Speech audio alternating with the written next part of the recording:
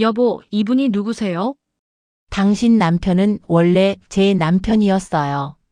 그 아이는 당신 아이예요. 46년 동안 저 혼자 기다렸어요. 언젠가는 돌아올 거라고 믿으면서. 법적으로도 저와의 혼인 관계가 먼저 성립되었으니까 복잡한 문제가 되겠죠. 감동과 재미를 담은 오디오 드라마입니다.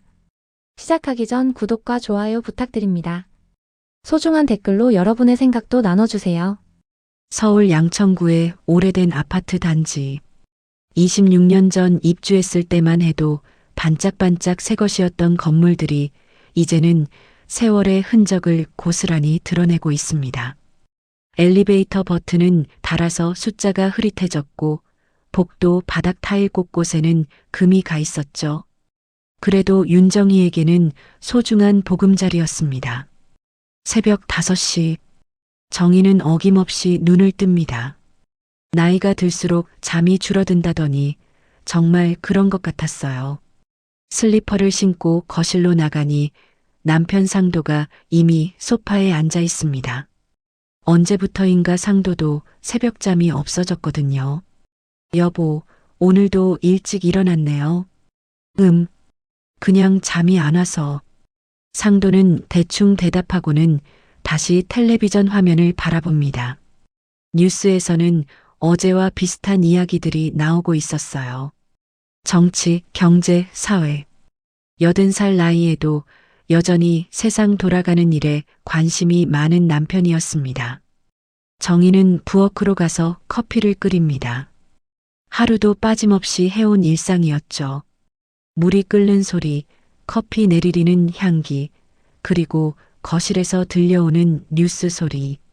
평범하지만 안정감을 주는 아침 풍경이었습니다.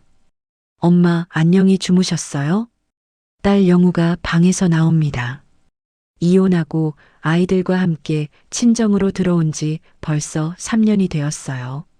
처음에는 서로 적응하느라 힘들었지만 이제는 오히려 집안이 더 활기차졌습니다.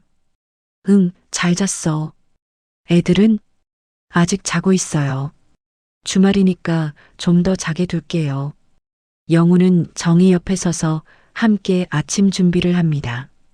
결혼하고 나서는 명절 때나 볼 수 있었던 딸과 이렇게 매일 아침을 함께 맞이할 수 있다는 것이 정희에게는 작은 행복이었습니다.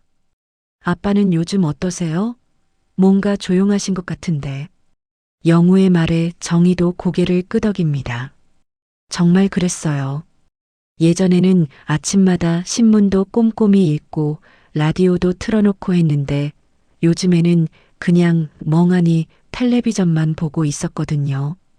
글쎄, 나이가 드니까 그런가 봐. 아무래도 80이 넘으니까. 하지만 정희 마음 한구석에는 작은 불안감이 있었습니다. 상도의 표정이 예전과 달랐거든요.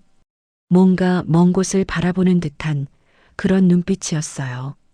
마치 누군가를 그리워하는 것 같기도 하고 무언가를 후회하는 것 같기도 했습니다. 문득 정희는 지난주 일이 떠올랐습니다. 상도가 서랍을 뒤지고 있었던 그 순간 말이에요. 서둘러 무언가를 찾는 모습이었는데 정희가 나타나자 급하게 서랍을 닫았었죠. 뭘 찾으세요? 하고 물었더니 아니야, 그냥 하며 얼버무렸습니다. 그때도 지금처럼 어딘가 초점 없는 눈빛이었어요. 마치 과거의 어떤 기억 속을 헤매는 듯한 표정이었습니다. 식탁에 앉아 아침을 먹는 동안에도 상도는 말이 없었어요. 평소보다 더 과묵했죠. 정희가 반찬 이야기를 해도 영우가 아이들 얘기를 해도 그저 고개만 끄덕일 뿐이었습니다. 여보, 몸은 어디 아픈 데 없어요? 아니야. 괜찮아. 상도는 여전히 짧게 대답했습니다. 정희는 더 이상 묻지 않았어요. 오랫동안 함께 살아온 부부라서 알 수 있었거든요. 지금 상도에게는 혼자만의 시간이 필요하다는 것을 말이에요. 아침 식사를 마치고 영우가 출근 준비를 하는 동안 정희는 설거지를 했습니다. 상도는 다시 거실 소파에 앉아 텔레비전을 보고 있었어요. 하지만 정말로 프로그램을 보고 있는 건지 의문스러웠습니다. 화면을 바라보고는 있지만 마음은 어딘가 다른 곳에 가 있는 것 같았거든요. 엄마, 잠깐 나갔다 올게요. 응, 조심해서 다녀와. 영우가 나간 후 집안은 다시 조용해졌습니다. 정희와 상도 두 사람만 남은 고요한 오전이었어요. 정희는 청소를 시작했습니다. 침실 정리, 거실 청소, 화장실 닦기. 매일 반복되는 일상이었지만 싫지 않았어요. 이런 평범한 하루하루가 모여서 인생이 되는 거니까요. 청소를 하다가 정희는 상도의 책상 앞에서 잠시 멈춰섰습니다. 오래된 나무 책상 위에는 몇 권의 책과 독서용 돋보기, 그리고 작은 사진 한 장이 놓여 있었어요. 젊은 시절 둘이 함께 찍은 사진이었습니다. 32의 정희와 35의 상도. 다소 늦은 나이에 만났어요. 저 때만 해도 정말 어렸네요. 앞으로 어떤 일들이 기다리고 있을지도 모른 채 행복하게 웃고 있는 모습이었습니다. 사진 속 상도는 지금과는 완전히 다른 표정이었어요. 밝고 자신감 넘치는 얼굴이었죠. 지금의 상도에게서는 찾아보기 힘든 그런 생기였습니다. 사람이 이렇게 변할 수 있구나 하는 생각이 들었어요. 아니, 변하는 게 당연한 걸까요? 45년이라는 세월이 흐른 거니까 말이에요. 점심시간이 되어서야 상도가 입을 열었습니다. 정희야. 네. 고마워. 지금까지 정말 고마웠어. 갑작스러운 말에 정희는 깜짝 놀랐습니다. 무슨 일인지 몰라도 이상했어요. 마치 작별 인사 같은 느낌이었거든요. 갑자기 왜 그런 말을 하세요? 그냥 문득 그런 생각이 들어서. 상도는 다시 조용해졌습니다. 정희는 불안한 마음을 달래며 점심 준비를 시작했어요. 평생을 함께 살아온 남편이니까 별일 아닐 거라고 생각하려 했습니다. 하지만 마음 한구석의 불안감은 쉽게 사라지지 않았어요. 그날 오후 정희는 상도와 함께 아파트 단지 안을 산책했습니다. 요즘 들어 자주 하는 일이었어요. 단지 안작은 공원에는 같은 또래의 노인분들이 벤치에 앉아 담소를 나누고 있었습니다. 저분들 보니까 우리도 참 늙었구나 싶어요. 정희의 말에 상도는 작게 웃었습니다. 오랜만에 보는 상도의 미소였어요. 맞아. 우리도 이제 진짜 할아버지, 할머니가 됐네. 그래도 건강하니까 다행이에요.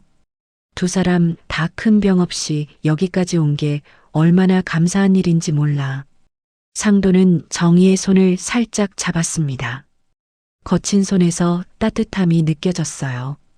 이런 순간이면 정희는 지금까지의 인생이 나쁘지 않았다고 생각했습니다.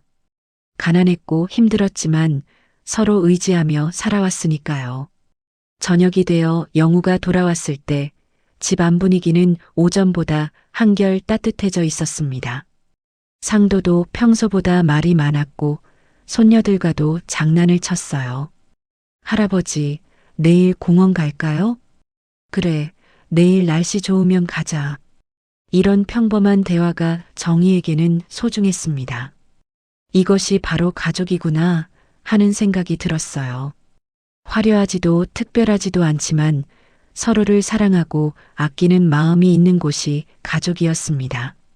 그날 밤 정희는 상도 옆에 누워 하루를 마무리했습니다. 상도의 고른 숨소리를 들으며 생각했어요. 앞으로도 이런 평범한 날들이 계속 이어지길 바란다고. 특별한 일이 일어나지 않아도 좋으니까 그냥 지금처럼 평온하게 살 수 있기를 말이에요. 하지만 정희는 몰랐습니다. 바로 내일 그들의 평온한 일상에 큰 파문이 일어날 것이라는 사실을 말이에요. 다음 날 오후 2시, 정희는 평소처럼 거실에서 텔레비전을 보고 있었습니다. 상도는 침실에서 낮잠을 자고 있었고 영우는 아직 회사에서 돌아오지 않은 시간이었어요. 손녀들은 학교에 가 있어서 집안은 조용했습니다. 그때였어요. 딩동, 딩동. 초인종 소리가 울렸습니다. 정희는 고개를 들었어요. 누가 올 시간도 아닌데 이상했습니다. 택배도 아침에 이미 받았고 가스 검침원이 오는 날도 아니었거든요. 혹시 영우가 열쇠를 깜빡했나 싶어서 인터폰 화면을 들여다봤습니다. 화면에는 낯선 여성이 서 있었어요. 70대쯤 되어 보이는 분이었습니다. 단정하게 빗어넘긴 회색 머리에 검은색 외투를 입고 있었죠. 손에는 작은 가방을 들고 있었고 표정이 심각해 보였습니다. 누구세요? 정희가 인터폰으로 물었습니다. 여기 나상도 씨 사시죠? 낯선 여성의 목소리는 떨리고 있었어요. 긴장한 듯 했습니다. 예, 그런데 누구시길래 그러세요? 정희는 조심스럽게 대답했습니다. 요즘 세상에 모르는 사람을 함부로 집에 들릴 수는 없었거든요. 저는 서은영이라고 합니다. 나상도 씨와 할 말이 있어서 왔어요. 서은영? 정희는 그 이름을 들어본 적이 없었습니다. 상도의 친구나 동료 중에 그런 이름은 없었거든요. 하지만 목소리에서 뭔가 절실한 기운이 느껴졌어요. 잠깐만 기다리세요. 정희는 침실로 가서 상도를 깨웠습니다. 여보, 일어나세요. 서은영이라는 분이 찾아왔는데 아는 분이에요? 상도는 잠결에 눈을 뜨더니 갑자기 몸을 벌떡 일으켰습니다. 평소와는 완전히 다른 반응이었어요. 얼굴이 하얗게 질려 있었습니다. 서은영이라고? 네, 그렇다고 하는데. 아는 분이에요? 상도는 한참 동안 말을 못했습니다. 입술이 파르르 떨리고 있었어요. 마치 무서운 일이라도 일어난 것처럼 말이에요. 여보, 왜 그래요? 정희가 다시 물었지만 상도는 대답하지 않았습니다. 그저 멍하니 천장만 바라보고 있었어요. 결국 정희는 혼자 현관으로 나갔습니다. 문을 열자 서은영이 서 있었어요. 가까이서 보니 정희와 비슷한 나이로 보였습니다. 주름은 있었지만 품이 있는 모습이었어요. 안녕하세요. 들어오세요. 감사합니다. 서은영은 조심스럽게 집 안으로 들어왔습니다. 거실을 둘러보더니 익숙한 듯 고개를 끄덕였어요. 마치 이런 집 구조를 이미 알고 있는 것 같았습니다. 앉으세요. 차라도 드릴까요? 아니에요, 괜찮습니다. 나상도 씨는 계세요? 서은영의 목소리는 조금 떨리고 있었습니다. 하지만 눈빛은 단호했어요. 뭔가 중요한 일로 온 것 같았습니다. 잠깐만 기다리세요. 불러올게요. 정희가 다시 침실로 가니 상도는 여전히 침대에 앉아 있었습니다. 얼굴이 창백한 것은 똑같았어요. 여보, 손님이 기다리고 계세요. 나오세요. 정희야, 미안해. 갑자기 상도가 이상한 말을 했습니다. 뭐가 미안하다는 거예요? 그냥 미안해. 상도는 천천히 일어나서 거실로 나갔습니다. 서은영을 보는 순간 상도는 발걸음을 멈췄어요. 두 사람은 한참 동안 서로를 바라봤습니다. 정희는 그 모습을 보며 이상한 기분이 들었어요. 마치 오래된 지인들이 재회하는 것 같았거든요. 오랜만입니다. 서은영이 먼저 말했습니다. 목소리에는 복잡한 감정이 섞여 있었어요. 응, 그래. 상도는 겨우 대답했습니다. 평소의 상도와는 완전히 다른 모습이었어요. 정희는 상황을 이해할 수 없었습니다. 분명히 아는 사이인 것 같은데 왜 상도가 그런 반응을 보이는지 모르겠어요. 그리고 서은영이라는 여성도 왠지 낯설지 않은 느낌이었습니다. 앉으세요. 두 분 다. 정희가 말했습니다. 서은영은 소파에 앉았고 상도는 그 맞은편 의자에 앉았어요. 거리를 두려는 것 같았습니다. 이분은 누구신지 소개 좀 해주세요. 정희가 상도에게 말했습니다. 그게 상도는 말을 제대로 잇지 못했습니다. 서은영을 힐끔힐끔 쳐다보면서 입만 벙긋거렸어요. 그때 서은영이 가방에서 무언가를 꺼냈습니다. 낡은 서류 봉투였어요. 그 안에서 종이 한 장을 꺼내더니 테이블 위에 놓았습니다. 이게 뭐예요? 정희가 서류를 들여다봤습니다. 혼인신고서였어요. 오래된 종이라서 누렇게 변색되어 있었지만 글씨는 선명했습니다. 신랑란에는 나상도, 신부란에는 서은영이라고 적혀 있었어요. 정희는 순간 머리가 하얘졌습니다. 이게 무슨 상황인지 이해할 수 없었거든요. 이게 뭔가요? 혼인신고서입니다. 1979년에 작성된 거예요. 서은영의 목소리는 차분했습니다. 하지만 눈에는 눈물이 고여 있었어요. 1979년이라면 정희는 빠르게 계산했습니다. 자신이 상도와 결혼한 것은 1981년이었어요. 그렇다면 그 전에 상도가 다른 여자와 결혼했다는 뜻인가요? 여보, 이게 뭐예요? 설명해 주세요. 정희의 목소리가 떨렸습니다.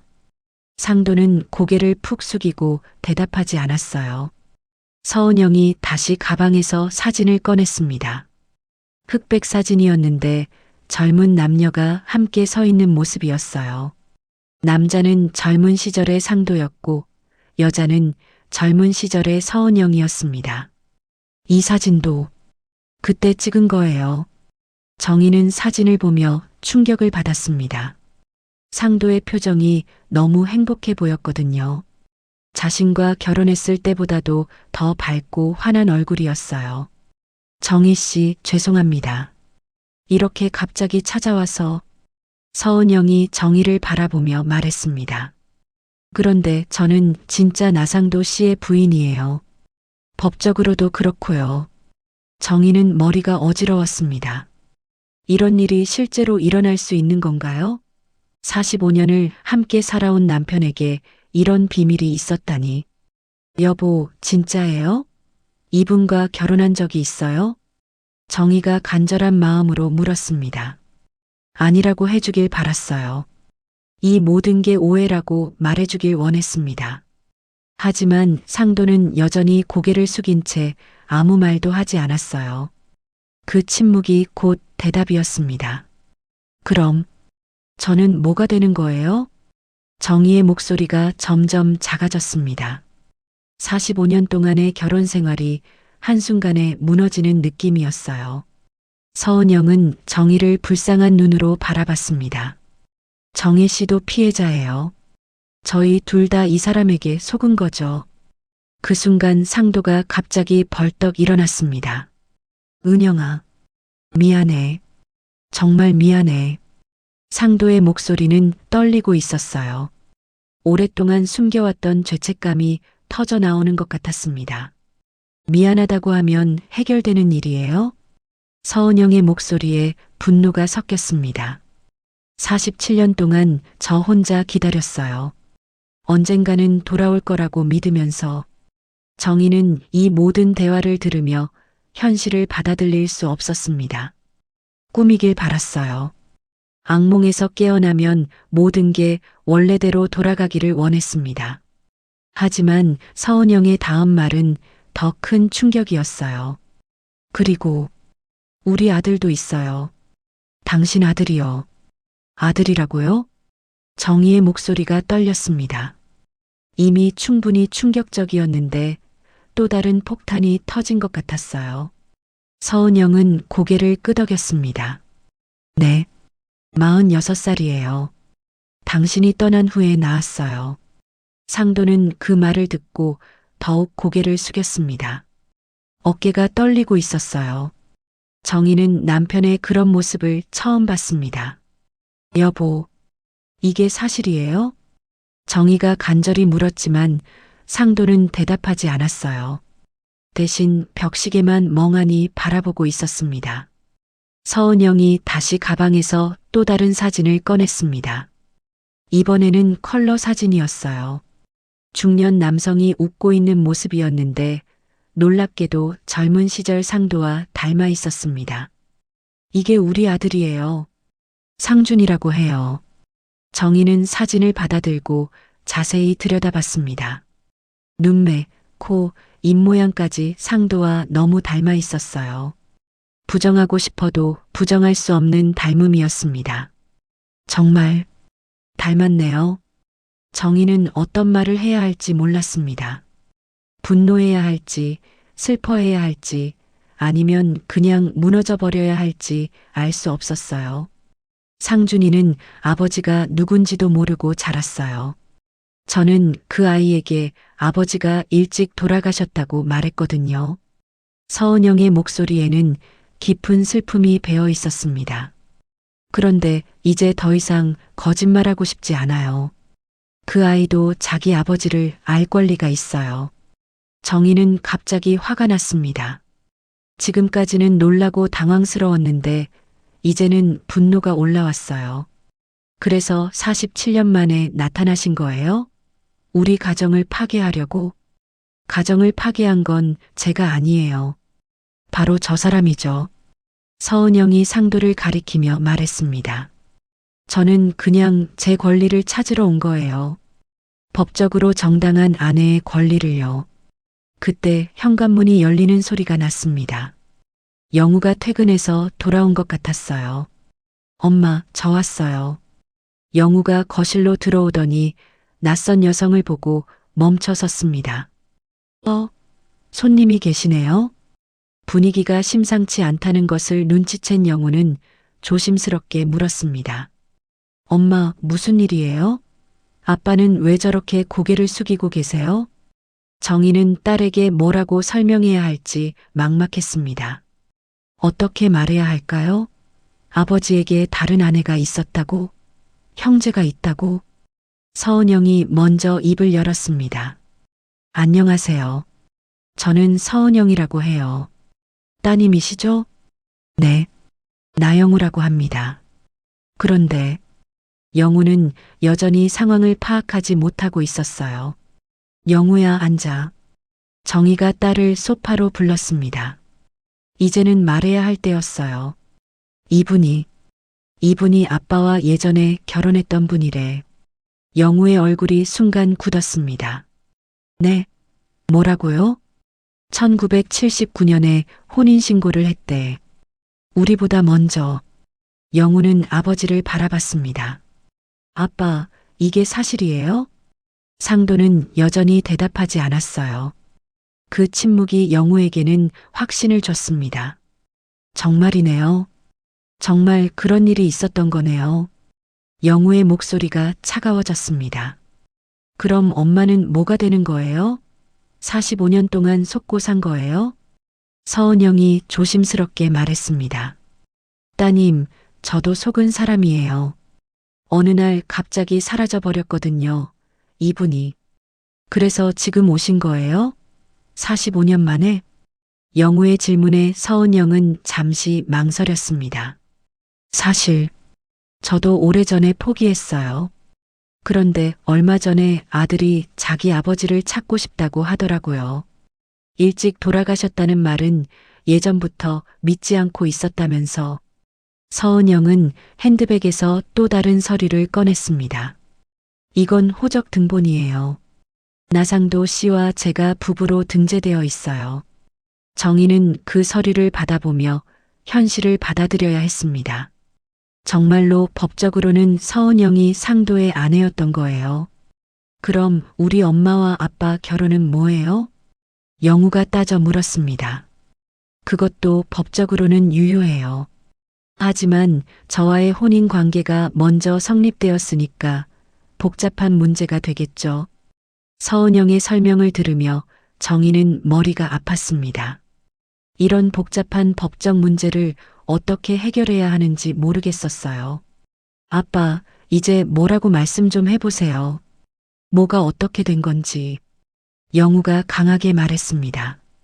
상도는 천천히 고개를 들었어요. 얼굴이 일그러졌습니다. 미안하다. 정말 미안해. 미안하다고 해서 되는 일이에요? 영우가 화를 냈습니다. 엄마가 얼마나 충격 받으셨는지 안 보이세요? 그때 서은영이 일어났습니다. 오늘은 이만 가볼게요. 너무 갑작스러웠죠. 잠깐만요. 정희가 서은영을 불렀습니다. 혹시 며칠 더 서울에 계실 건가요? 네. 일주일 정도 있을 예정이에요. 그럼 내일 다시 만날 수 있을까요? 이야기할 게 많을 것 같아서. 서은영은 고개를 끄덕였습니다. 물론이죠. 저도 그러고 싶었어요. 서은영이 나간 후 집안은 무거운 침묵에 잠겼습니다. 상도는 여전히 소파에 앉아 있었고 정희와 영우는 서로를 바라보고만 있었어요. 엄마, 괜찮으세요? 영우가 조심스럽게 물었습니다. 모르겠어. 뭐가 뭔지 모르겠어. 정희는 정말 혼란스러웠습니다. 45년의 결혼 생활이 한순간에 흔들리고 있었거든요. 일단 법적으로 어떻게 되는 건지 알아봐야겠어요. 영우가 현실적인 이야기를 꺼냈습니다. 변호사 상담을 받아보시는 게 좋을 것 같아요. 정희는 고개를 끄덕였습니다. 감정적으로는 받아들이기 힘들었지만 현실적으로는 대처해야 할 문제였어요. 그날 밤 정희는 잠을 이룰 수 없었습니다. 옆에서 자고 있는 상도를 보며 온갖 생각이 들었어요. 이 사람이 정말 내 남편이 맞나? 45년을 함께 살면서 이런 비밀을 숨기고 있었다니. 새벽이 되어서야 정희는 결심했습니다. 내일 서은영을 다시 만나서 정확한 이야기를 들어봐야겠다고. 그리고 앞으로 어떻게 해야 할지도 함께 의논해 봐야겠다고 말이에요. 상도는 그날 밤 내내 뒤척였습니다. 50여 년 동안 가슴 깊이 묻어둔 비밀이 드러난 거였어요. 이제 더 이상 숨길 수도 도망갈 수도 없었습니다. 진실을 마주해야 할 때가 온 것 같았어요. 다음 날 아침 정희는 평소보다 일찍 일어났습니다. 사실 제대로 잠을 이루지 못했거든요. 온종일 어제 일이 머릿속을 맴돌았어요. 꿈인지 현실인지 구분이 안 될 정도였습니다. 상도는 아직 잠들어 있었어요. 평소와 달리 깊게 잠든 것 같았습니다. 아마도 오랫동안 숨겨온 비밀이 드러나서 오히려 마음이 편해진 걸까요? 정희는 그런 남편을 보며 복잡한 심정이었습니다. 커피를 내리면서 정희는 생각했어요. 서은영을 다시 만나서 정확히 어떤 이야기를 나눠야 할까? 그리고 앞으로 이 문제를 어떻게 해결해야 할까? 머릿속이 복잡했습니다. 엄마, 안녕히 주무셨어요? 영우가 방에서 나왔습니다. 얼굴이 부어 있는 걸 보니 영우도 잠을 제대로 못 잤나 봅니다. 별로. 너도 못 잤구나? 네. 계속 생각나더라고요. 영우는 정희 옆에 앉았습니다. 엄마, 오늘 그분 만나실 거예요? 응. 만나서 자세한 이야기를 들어봐야겠어. 저도 같이 가면 안 될까요? 정희는 고개를 저었습니다. 일단 나 혼자 만나볼게. 너무 복잡해지면 안 되니까. 영우는 아쉬워했지만 엄마의 뜻을 따르기로 했어요. 오전 10시쯤 정희는 서은영에게 전화를 걸었습니다. 어제 연락처를 받아두었거든요. 저예요, 윤정희입니다. 아, 네. 안녕하세요. 혹시 오늘 시간 되시면 만날 수 있을까요? 물론이죠. 어디서 만날까요? 정희는 아파트 근처 카페를 제안했습니다. 집에서 만나기에는 너무 부담스러웠거든요. 오후 2시 정희는 약속 장소에 먼저 도착했습니다. 조용한 구석자리에 앉아서 서은영을 기다렸어요. 마음이 두근거렸습니다. 어떤 이야기를 하게 될지 예상할 수 없었거든요. 서은영이 들어왔습니다. 어제보다는 편안해 보였어요. 카페 안을 둘러보더니 정희를 발견하고 다가왔습니다. 늦지 않았죠? 아니에요. 저도 방금 왔어요. 두 사람은 서로 마주 앉았습니다. 어색한 침묵이 흘렀어요. 어떻게 대화를 시작해야 할지 몰랐거든요. 커피 드실까요? 정희가 먼저 말을 꺼냈습니다. 네, 고맙습니다. 커피를 주문하고 나서 정희는 본격적으로 이야기를 시작했습니다. 어제 너무 갑작스러워서 제대로 이야기를 못 들었는데 자세히 말씀해 주시겠어요? 서은영은 커피를 한 모금 마시고 천천히 입을 열었습니다. 1979년이었어요. 저는 충청도 작은 마을에서 살고 있었고 상도 씨는 서울에서 공무원으로 일하고 있었죠. 어떻게 만나게 된 거예요? 상도 씨가 출장으로 우리 마을에 왔었어요. 지역 개발 관련 일이었던 것 같아요. 그때 저는 면사무소에서 일하고 있었거든요. 서은영의 목소리에는 그때의 기억이 생생히 담겨 있었습니다. 처음 만났을 때부터 느낌이 좋았어요. 상도 씨는 도시 사람치고는 소탈했고 저희 마을 사람들과도 잘 어울렸어요. 정희는 그 이야기를 들으며 복잡한 기분이었습니다. 자신이 아는 상도와는 다른 모습이었거든요. 그래서 사귀게 된 거예요? 네. 출장이 길어지면서 자연스럽게 가까워졌어요. 상도 씨가 먼저 좋아한다고 고백했어요. 서은영은 잠시 멈췄다가 계속했습니다. 그때는 정말 행복했어요. 매일 만나고 함께 마을을 돌아다니고 그런 날들이 계속될 줄 알았어요. 그럼 언제 결혼한 거예요? 출장이 끝나갈 무렵이었어요. 상도 씨가 서울로 돌아가기 전에 결혼하자고 했어요. 서은영은 가방에서 어제 보여줬던 혼인신고서를 다시 꺼냈습니다. 이걸 작성해서 면사무소에 제출했어요. 상도 씨가 직접 해줬어요. 정희는 그 서류를 다시 자세히 봤습니다. 분명히 상도의 필체였어요. 그 후에는 어떻게 됐어요? 상도 씨가 서울로 먼저 올라가고 저는 정리할 일이 있어서 한 달 후에 따라가기로 했어요. 서은영의 목소리가 점점 작아졌습니다. 그런데 상도 씨가 갑자기 연락이 끊어진 거예요. 연락이 끊어졌다고요? 편지를 써도 답장이 없고 전화를 해도 받지 않더라고요. 그래서 직접 서울로 찾아갔어요. 서은영의 눈에 눈물이 고였습니다. 그때 알았어요. 상도 씨가 다른 여자와 결혼 준비를 하고 있다는 걸. 정희는 가슴이 아팠습니다. 그 다른 여자가 바로 자신이었으니까요. 그래서 어떻게 하셨어요? 처음에는 항의하려고 했어요. 하지만 상도 씨 어머니가 참 무서운 분이셨어요. 서은영은 그때를 떠올리며 몸을 떨었습니다. 돈을 주면서 시골로 돌아가라고 하더라고요. 상도 씨한테는 절대 얘기하지 말라고 하면서. 그럼 상도 씨는 모르는 거였어요? 그럴 거예요. 어머니가 모든 걸 처리했으니까. 정희는 시어머니를 떠올렸습니다. 정말 강한 성격의 분이셨어요. 그런 일을 충분히 할 수 있는 분이었습니다. 그래서 그냥 포기하신 거예요? 어쩔 수 없었어요. 충격이 너무 컸고 몸이 많이 안 좋아졌었거든요.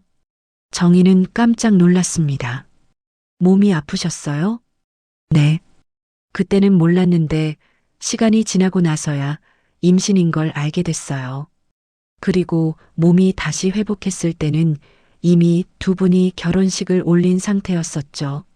서은영은 핸드백에서 또 다른 사진을 꺼냈습니다. 갓난아기 사진이었어요. 그리고 얼마 후 상준이가 태어났어요. 이게 상준이 어렸을 때예요.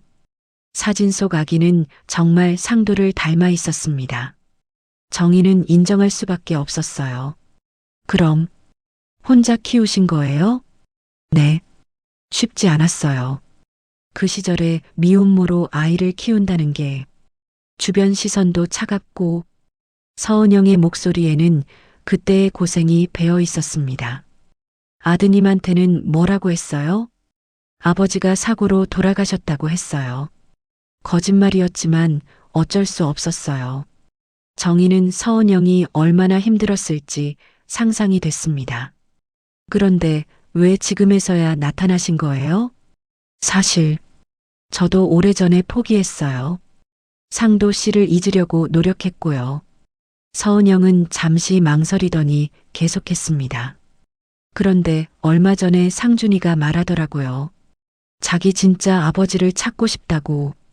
아들이 눈치챈 거예요? 네. 똑똑한 아이거든요. 아버지에 대한 이야기가 앞뒤가 안 맞는다는 걸 알고 있었어요. 서은영은 핸드백에서 편지 한 통을 꺼냈습니다. 이건 상준이가 저한테 쓴 편지예요. 정희는 편지를 받아서 읽어봤습니다. 아들이 어머니에게 진실을 말해달라고 간곡히 부탁하는 내용이었어요. 그래서 용기를 내신 거군요. 네. 더 이상 숨길 수 없었어요.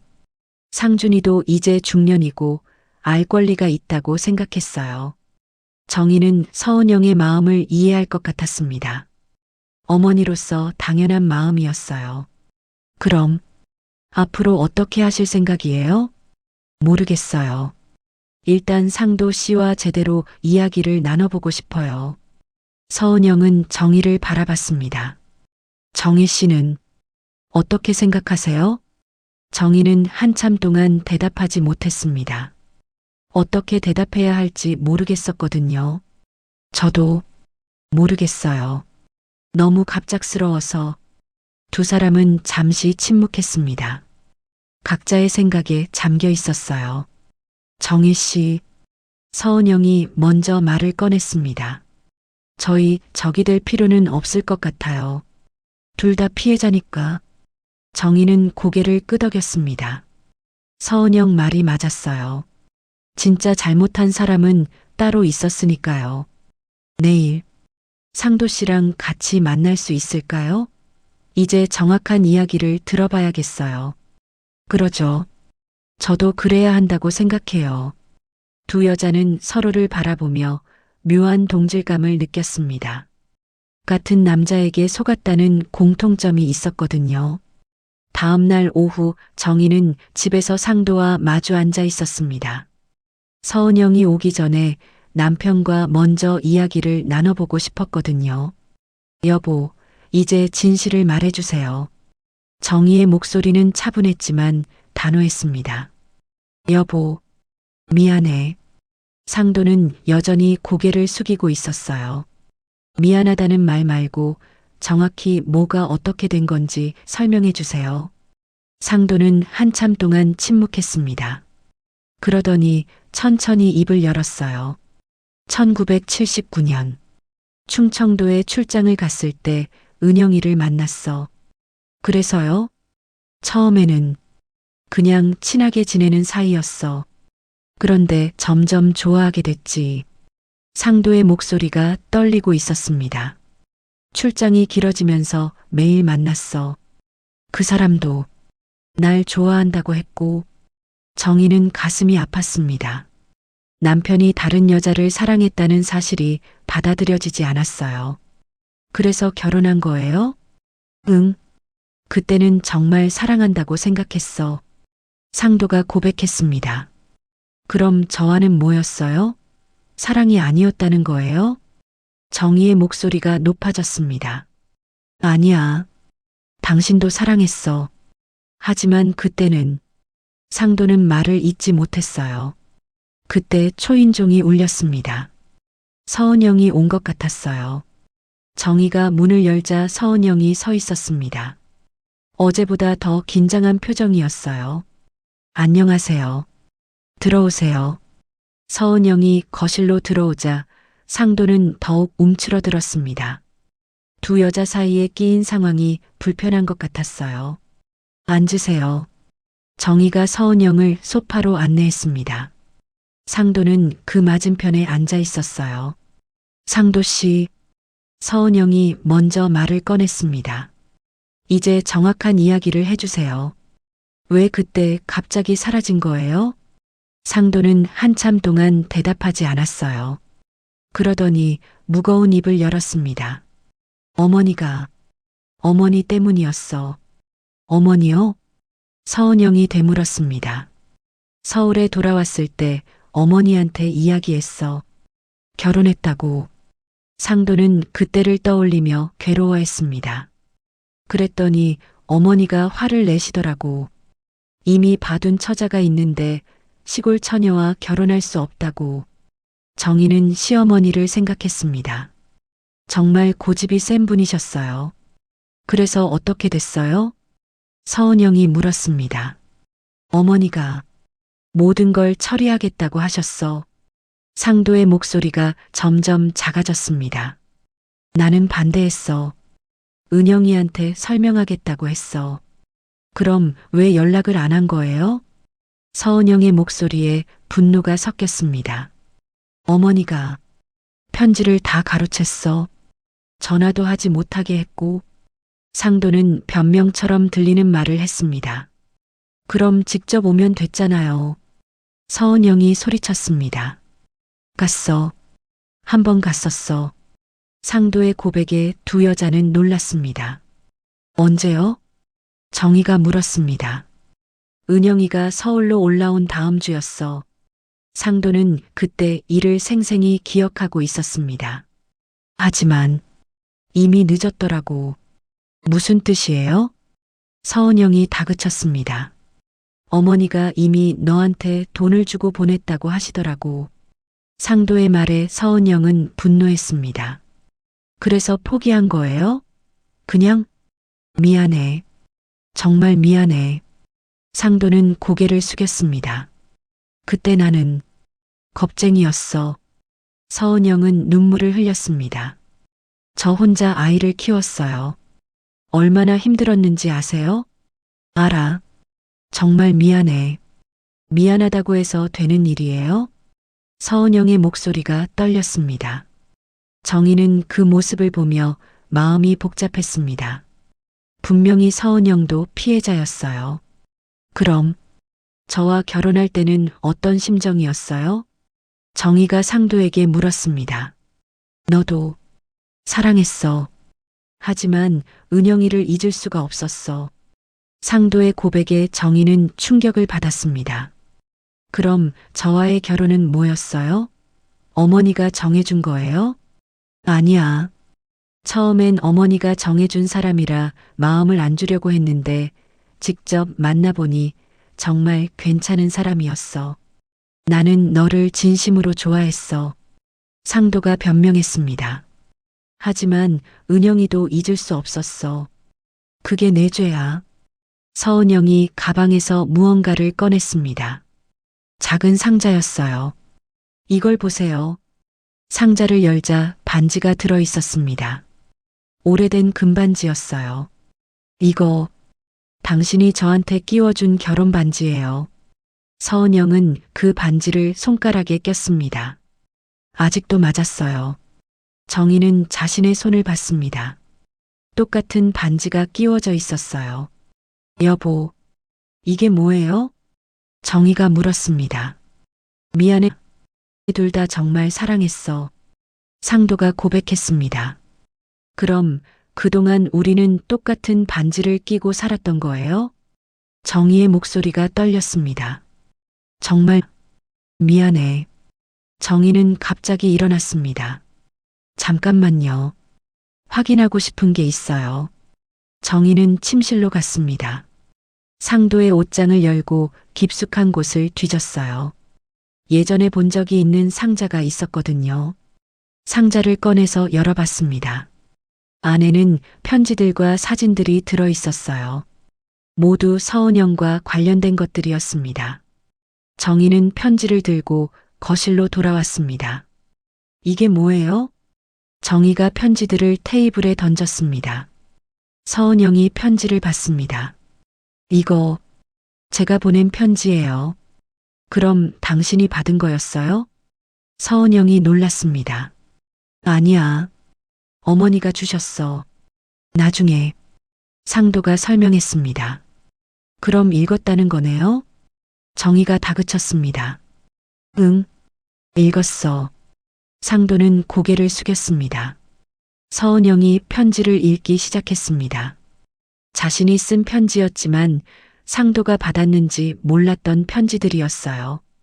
여기에 임신했다고 썼네요. 서은영이 떨리는 목소리로 말했습니다. 읽었으면서 왜 안 왔어요? 그때는 이미 정희와 결혼을 한 후였어. 상도의 변명에 두 여자는 분노했습니다. 그럼 아이가 태어났을 때는 알고 있었다는 거네요? 정희가 물었습니다. 응, 알고 있었어. 상도의 고백에 정희는 더욱 충격받았습니다. 그럼 45년 동안 아들이 있다는 걸 알고 있으면서 모른 척한 거예요? 미안해. 알고는 있었지만 그렇다고 결혼식까지 하고 가정을 깰 수는 없었어. 정말 미안해. 상도는 그 말밖에 할 수 없었어요. 서은영이 일어났습니다. 이제 상준이를 만나주세요. 뭐라고요? 정희가 놀랐습니다. 제 아들이요. 아버지를 만날 권리가 있어요. 서은영의 목소리는 단호했습니다. 당신도 아버지로서 책임을 져야 해요. 상도는 대답하지 못했습니다. 정희는 현실을 받아들여야 했습니다. 남편에게 다른 아들이 있다는 사실을 말이에요. 언제 만날 건가요? 정희가 조심스럽게 물었습니다. 내일이라도. 상준이가 서울에 올라올 예정이에요. 서은영이 대답했습니다. 그 순간 현관문이 열렸습니다. 영우가 퇴근한 것 같았어요. 엄마, 저 왔어요. 영우가 거실로 들어오더니 분위기를 파악했습니다. 또 무슨 일이 있었나요? 정희는 딸을 바라봤습니다. 어떻게 설명해야 할지 막막했어요. 영우야, 내일 오빠가 온대. 오빠요? 영우는 무슨 말인지 몰랐습니다. 아빠의 다른 아들이야. 정희의 말에 영우는 충격을 받았습니다. 오빠라고요? 영우는 다리에 힘이 빠져 소파에 주저앉았습니다. 그게 무슨 말이에요? 정희는 딸에게 어떻게 설명해야 할지 몰랐습니다. 아직 자신도 이 상황을 완전히 받아들이지 못했거든요. 아빠에게 다른 아들이 있어. 46살이라고 해. 영우는 아버지를 바라봤습니다. 상도는 여전히 고개를 숙이고 있었어요. 아빠, 정말이에요? 미안하다.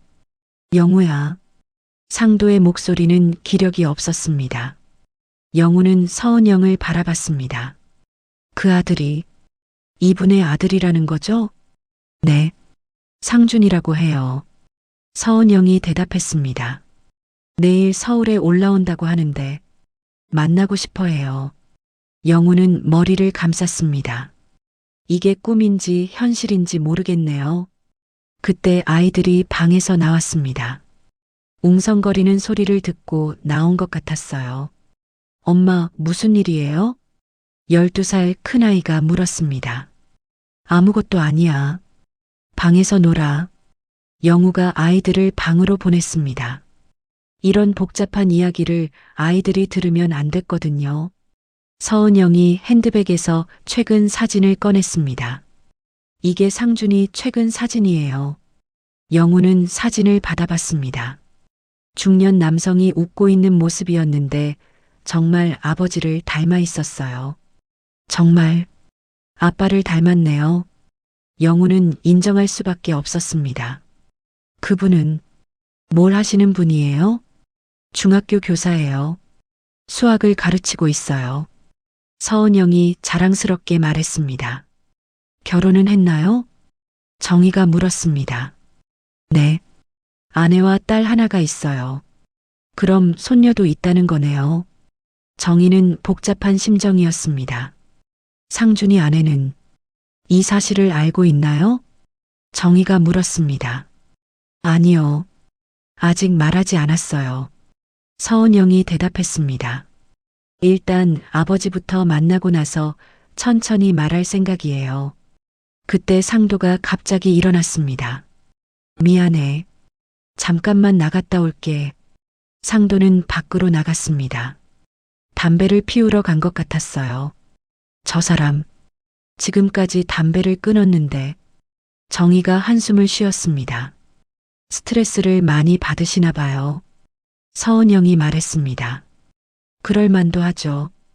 45년 동안 숨겨온 비밀이 드러났으니까 영우가 차갑게 말했습니다.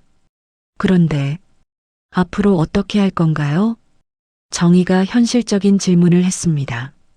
저도 모르겠어요. 일단 상준이를 만나보고 나서 생각해 보려고요. 서은영이 대답했습니다. 혹시 법적으로 문제가 될까요?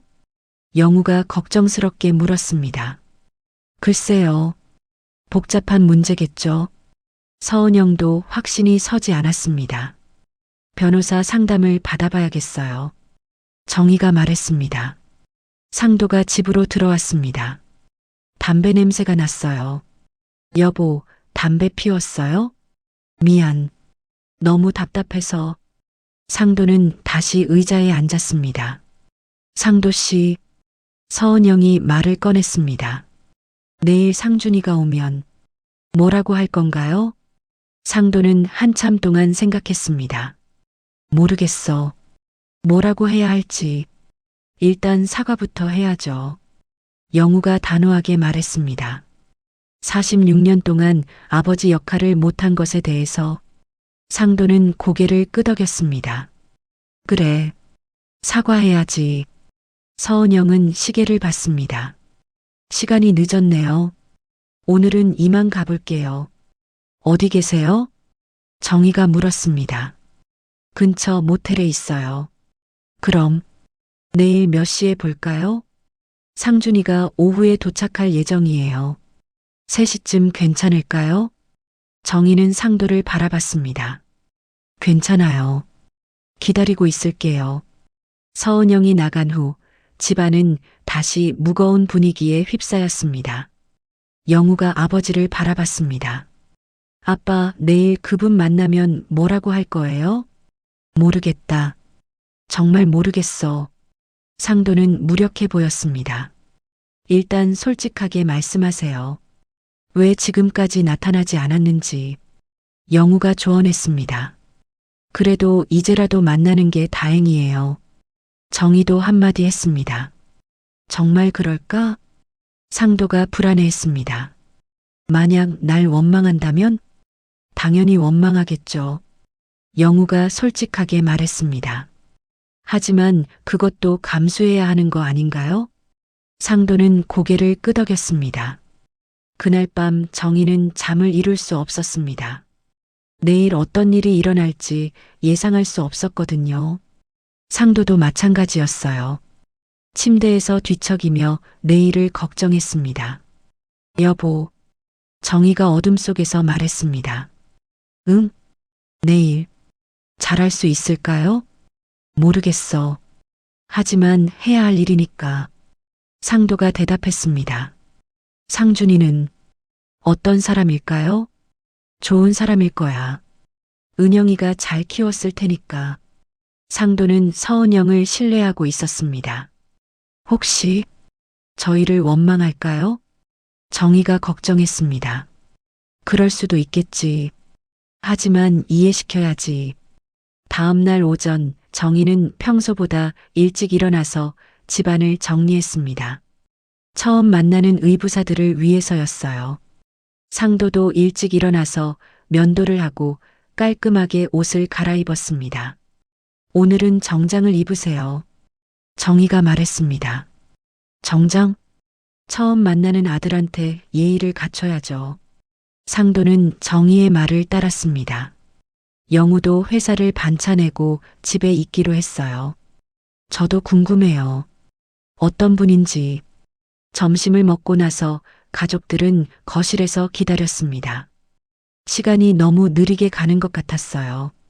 2시 반쯤 되었을 때 관리소장 철기가 찾아왔습니다. 상도야, 잘 있었나? 철기야. 웬일이야? 아래층에서 어떤 분이 찾더라고. 나상도 씨 아들이라면서. 상도와 정희는 서로를 바라봤습니다. 벌써 왔나 봐요. 정희가 말했습니다. 그래, 어떻게 생겼던가? 상도가 철기에게 물었습니다. 너 젊을 때랑 똑같이 생겼더라고. 깜짝 놀랐어. 철기의 말에 상도는 긴장했습니다. 그럼 올라오라고 할까요? 정희가 물었습니다. 그래야지. 상도가 대답했습니다. 철기가 내려가고 얼마 후 초인종이 울렸습니다. 정희가 인터폰을 받습니다. 서은영과 함께 중년 남성이 서 있었어요. 왔네요. 정희가 말했습니다. 상도는 일어나서 현관으로 향했습니다. 마침내 아들을 만날 시간이 온 것 같았어요. 문이 열리자 서은영과 함께 중년 남성이 들어섰습니다. 상준이었어요. 정희는 순간 숨이 막혔습니다. 정말로 상도의 젊은 시절과 똑같이 생겼거든요. 상준은 현관에서 신발을 벗으며 집안을 둘러봤습니다. 긴장한 기색이 역력했어요. 상도는 거실 입구에서 아들을 바라보며 말을 잇지 못하고 있었습니다.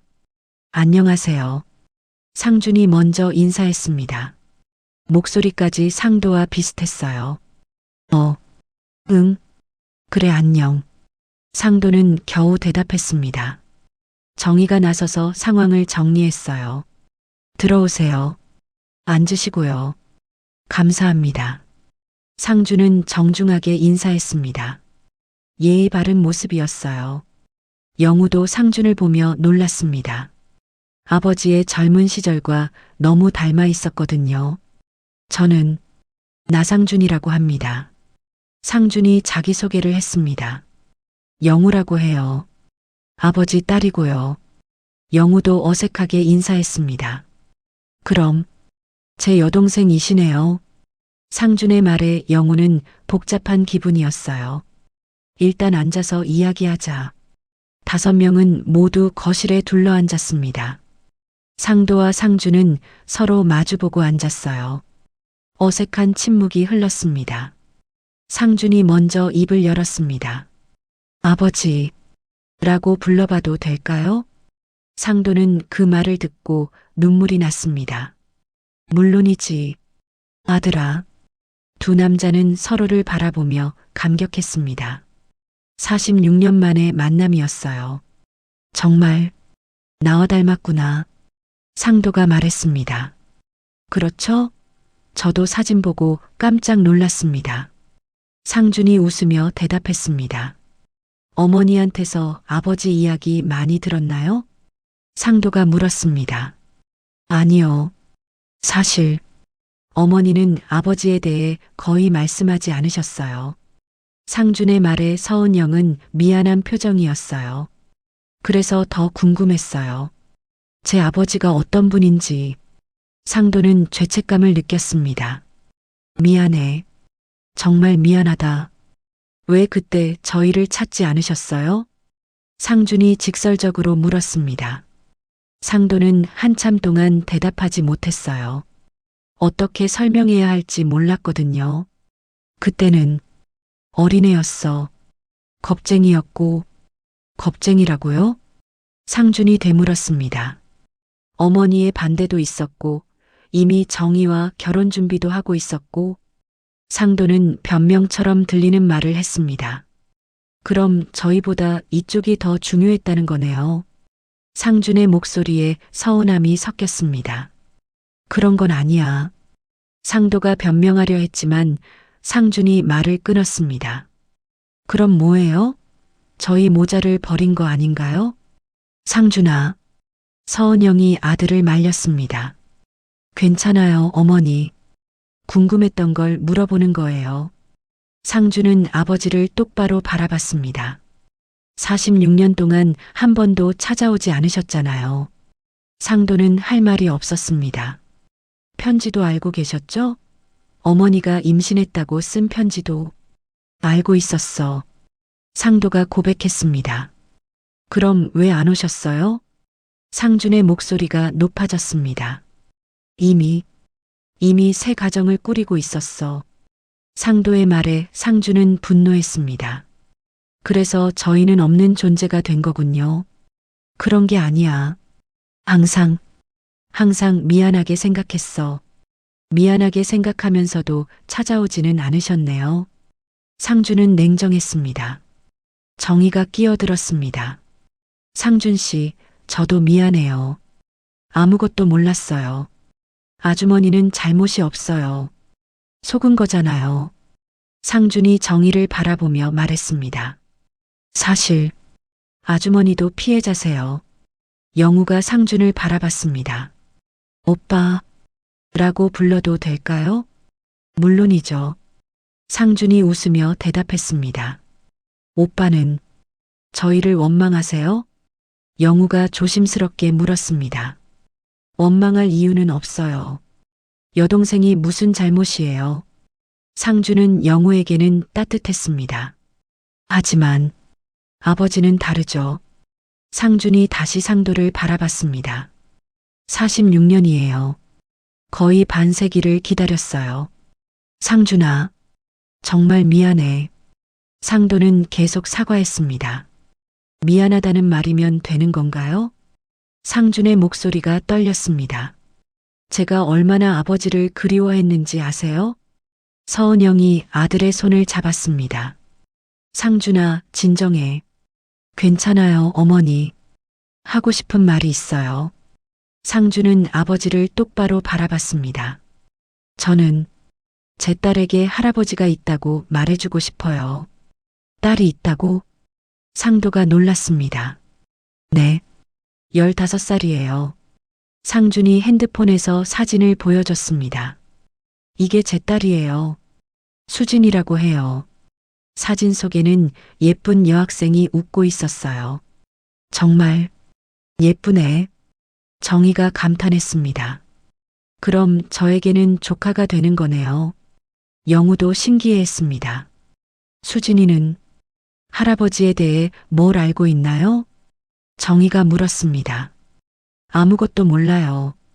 할아버지가 일찍 돌아가셨다고 했었거든요. 상준의 말에 상도는 가슴이 아팠습니다. 이제는 진실을 말해주고 싶어요. 그럼 아내분도 알게 되겠네요. 정희가 말했습니다. 네, 아내에게도 말할 생각이에요. 상준이 대답했습니다.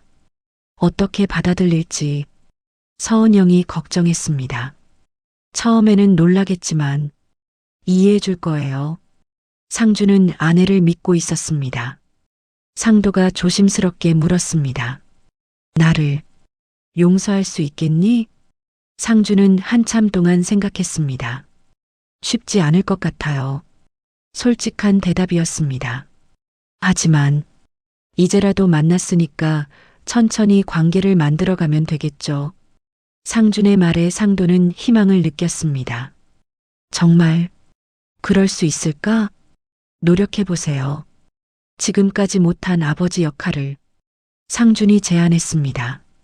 영우가 끼어들었습니다. 우리 가족이 되는 건 어때요? 그렇게 되면 좋겠어요. 상준이 웃으며 대답했습니다. 서은영도 안도했습니다. 다행이에요. 상준이가 화내지 않아서 화는 났어요. 하지만 이미 지난 일이잖아요. 상준은 현실적이었습니다. 이제는 앞으로를 생각해야죠. 상도가 일어났습니다. 상준아, 고맙다. 뭐가 고마워요? 이렇게 받아줘서. 상도는 아들에게 다가갔습니다. 안아볼 수 있을까? 상준도 일어나서 아버지를 안았습니다. 46년 만의 포옹이었어요. 정희와 영우, 서은영도 감동했습니다. 이 모든 갈등이 해결되는 순간이었거든요. 이제 진짜 가족이 되는 건가요? 영우가 물었습니다. 그렇게 되면 좋겠어요. 상준이 대답했습니다. 그럼 수진이도 만날 수 있을까요? 정희가 기대했습니다. 물론이죠. 할머니를 만나고 싶어 할 거예요. 상준의 말에 모두가 웃었습니다. 드디어 이 복잡한 가족 문제가 해결되는 것 같았어요. 6개월이 흘렀습니다. 계절이 바뀌어 봄이 왔어요. 아파트 단지 안작은 공원에는 벚꽃이 피어 있었습니다. 정희는 벤치에 앉아 서은영과 함께 김밥을 나눠 먹고 있었어요. 정말 신기해요. 이렇게 함께 앉아 있을 줄은 몰랐어요. 정희가 서은영을 바라보며 말했습니다. 저도 그래요. 처음에는 적이라고 생각했는데 서은영도 웃으며 대답했습니다. 지금 생각해보니까 우리 둘 다 피해자였네요. 맞아요. 같은 사람에게 속은 거잖아요. 두 여자는 이제 편안하게 대화할 수 있었어요. 처음 만났을 때와는 완전히 달랐습니다. 상도 씨는 요양원에서 잘 지내고 있나 봐요? 서은영이 물었습니다. 네. 다행히 적응을 잘했어요. 정희가 대답했습니다. 3개월 전 상도는 결국 요양원에 들어가기로 했어요. 두 가정 사이에서 계속 고민하는 것보다는 그게 낫겠다고 판단했거든요. 무엇보다 본인이 원했습니다. 우리 둘 다 매주 찾아가니까 외롭지 않을 거예요. 그렇죠. 화요일에는 저희가, 토요일에는 정희 씨 가족이 가니까 두 여자는 상도를 돌보는 일까지 나눠서 하고 있었어요. 이상하게도 이런 일이 자연스러웠습니다. 상준이는 잘 지내죠? 네. 요즘 아버지랑 많이 가까워졌어요. 서은영은 기뻐했습니다. 상준은 매주 서울에 올라와서 아버지를 만났어요. 처음에는 어색했지만 이제는 정말 아버지와 아들 같았습니다. 수진이도 할아버지를 많이 좋아하더라고요. 그래요? 다행이에요. 정희도 기뻤습니다. 상준의 딸 수진이는 할아버지가 있다는 사실을 알고 무척 기뻐했어요. 요양원에 갈 때마다 할아버지에게 학교 이야기를 해주곤 했습니다. 영우와도 잘 어울리고요. 고모랑 조카 사이가 되니까 더 좋은 것 같아요. 영우와 수진이는 금세 가까워졌어요. 나이 차이가 많이 나지만 서로 의지하는 사이가 됐습니다. 그런데 정희 씨, 서은영이 진지하게 말했습니다. 혹시 후회하지 않아요? 뭐요? 이렇게 된 건 말이에요. 평온했던 생활이 다 바뀌었잖아요. 정희는 잠시 생각했습니다. 처음에는 후회했어요. 모르고 사는 게 나았을 것 같기도 하고. 그렇죠. 저도 가끔 그런 생각이 들어요. 하지만 지금은 이게 맞는 것 같아요. 정희가 솔직하게 말했습니다. 진실을 아는 게 낫잖아요. 그리고 가족이 늘어난 거니까. 정말 그렇게 생각해요? 서은영이 확인했습니다. 네. 상준이도 좋은 사람이고 수진이도 예쁘고 정희는 진심이었어요. 그리고 은영 씨도 좋은 분이에요. 고마워요. 저도 정희 씨가 좋아요. 두 여자는 서로 미소를 주고받았습니다. 그때 멀리서 영우가 아이들과 함께 걸어오고 있었어요. 엄마, 여기 계셨구나. 영우가 다가왔습니다. 은영 이모님도 안녕하세요. 응, 영우야. 애들도 잘 있었어? 정희가 손녀들을 안아줬습니다. 할머니, 우리 오늘 할아버지 보러 갈 거예요? 큰아이가 물었습니다. 그래, 조금 있다가 갈 거야. 좋아요. 할아버지한테 그림 그려드릴 거예요. 아이들은 할아버지를 무척 좋아했어요. 요양원에 갈 때마다 선물을 준비해 갔습니다. 수진이 언니도 같이 가나요? 작은 아이가 물었습니다. 응, 수진이도 온다고 했어. 서은영이 대답했습니다. 야호! 수진 언니 만날 수 있다. 아이들은 수진이를 언니처럼 따랐어요. 그럼 우리도 준비해야겠네요. 영우가 말했습니다. 상준 오빠 언제 와요?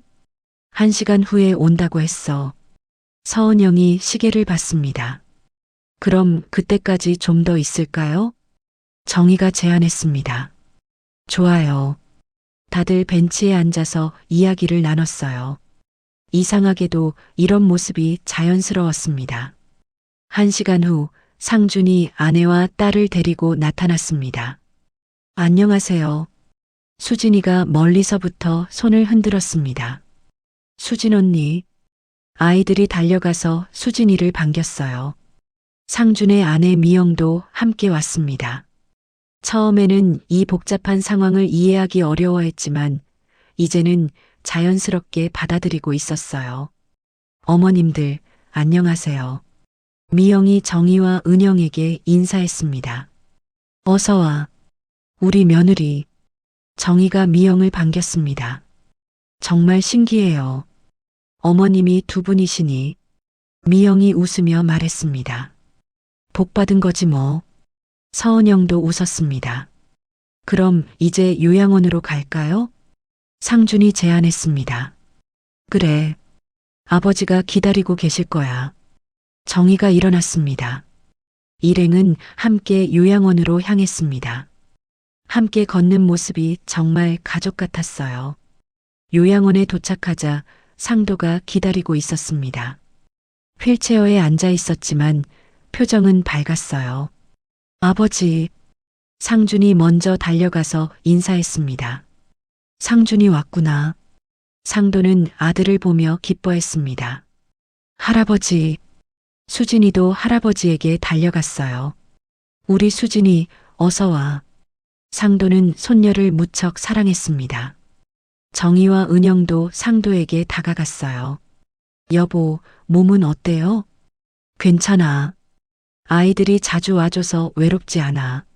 상도는 두 여자를 바라보며 고마워했습니다. 미안해. 너희들한테 정말 미안해. 이제 그런 말 하지 마세요. 정희가 말했습니다. 다 지난 일이에요. 은영도 동의했습니다. 그래도 고마워. 이렇게 받아줘서. 상도는 진심으로 감사했습니다. 아이들은 할아버지 주변에 모여 앉아서 학교 이야기를 했어요. 웃음소리가 끊이지 않았습니다. 이런 모습을 보면 다행이라는 생각이 들어요. 영우가 말했습니다. 그렇죠. 이제야 진짜 가족 같아요. 상준도 동의했습니다. 해가 지기 시작했습니다. 이제 집으로 돌아갈 시간이었어요. 아버지, 저희 이제 가볼게요. 영우가 말했습니다. 그래, 조심히 가. 상도가 손을 흔들었습니다. 다음 주에 또 올게요. 상준이 약속했습니다. 고맙다, 아들아. 요양원을 나오면서 정희는 생각했습니다. 이 모든 일이 일어나지 않았다면 어땠을까?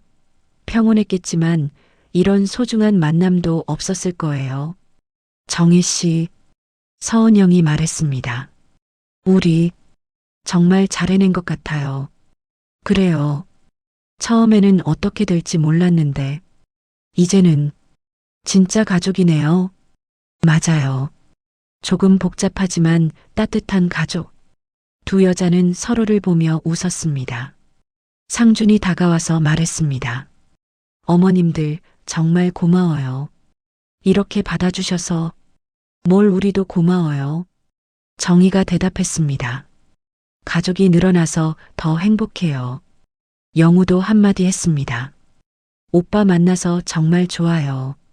나도 여동생 생겨서 좋아. 상준이 영우의 어깨를 툭툭 쳤습니다. 수진이가 할머니들에게 다가왔어요. 할머니, 저 다음에 또 올게요. 그래, 우리 수진이. 공부 열심히 해. 정희가 손녀를 안아줬습니다.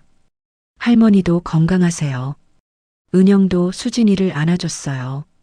이제 정말 가족이 된 것 같았습니다. 복잡하고 어려운 과정이었지만 결국 모두가 행복해졌어요. 집으로 돌아가는 길, 정희는 하늘을 올려다봤습니다. 별이 반짝이고 있었어요. 참, 인생이 신기하지. 정희가 혼잣말을 했습니다. 뭐가요, 엄마? 영우가 물었습니다. 이렇게 될 줄 누가 알았겠어. 그래도 좋은 결과가 된 것 같아요. 그래. 결국은 다 잘 됐네. 정희는 만족했습니다. 평범했던 일상이 바뀌었지만 더 풍성해진 기분이었어요. 그날 밤 정희는 편안하게 잠들 수 있었습니다. 더 이상 비밀도 없고 숨길 것도 없었거든요. 모든 진실이 드러났고 모두가 그것을 받아들였어요. 이제 정말 새로운 시작이었습니다. 두 개의 반지와 하나의 남자로 시작된 이야기가 결국 하나의 큰 가족으로 끝이 났어요. 사랑도 미움도 결국 같은 사람에게 받았으니까요.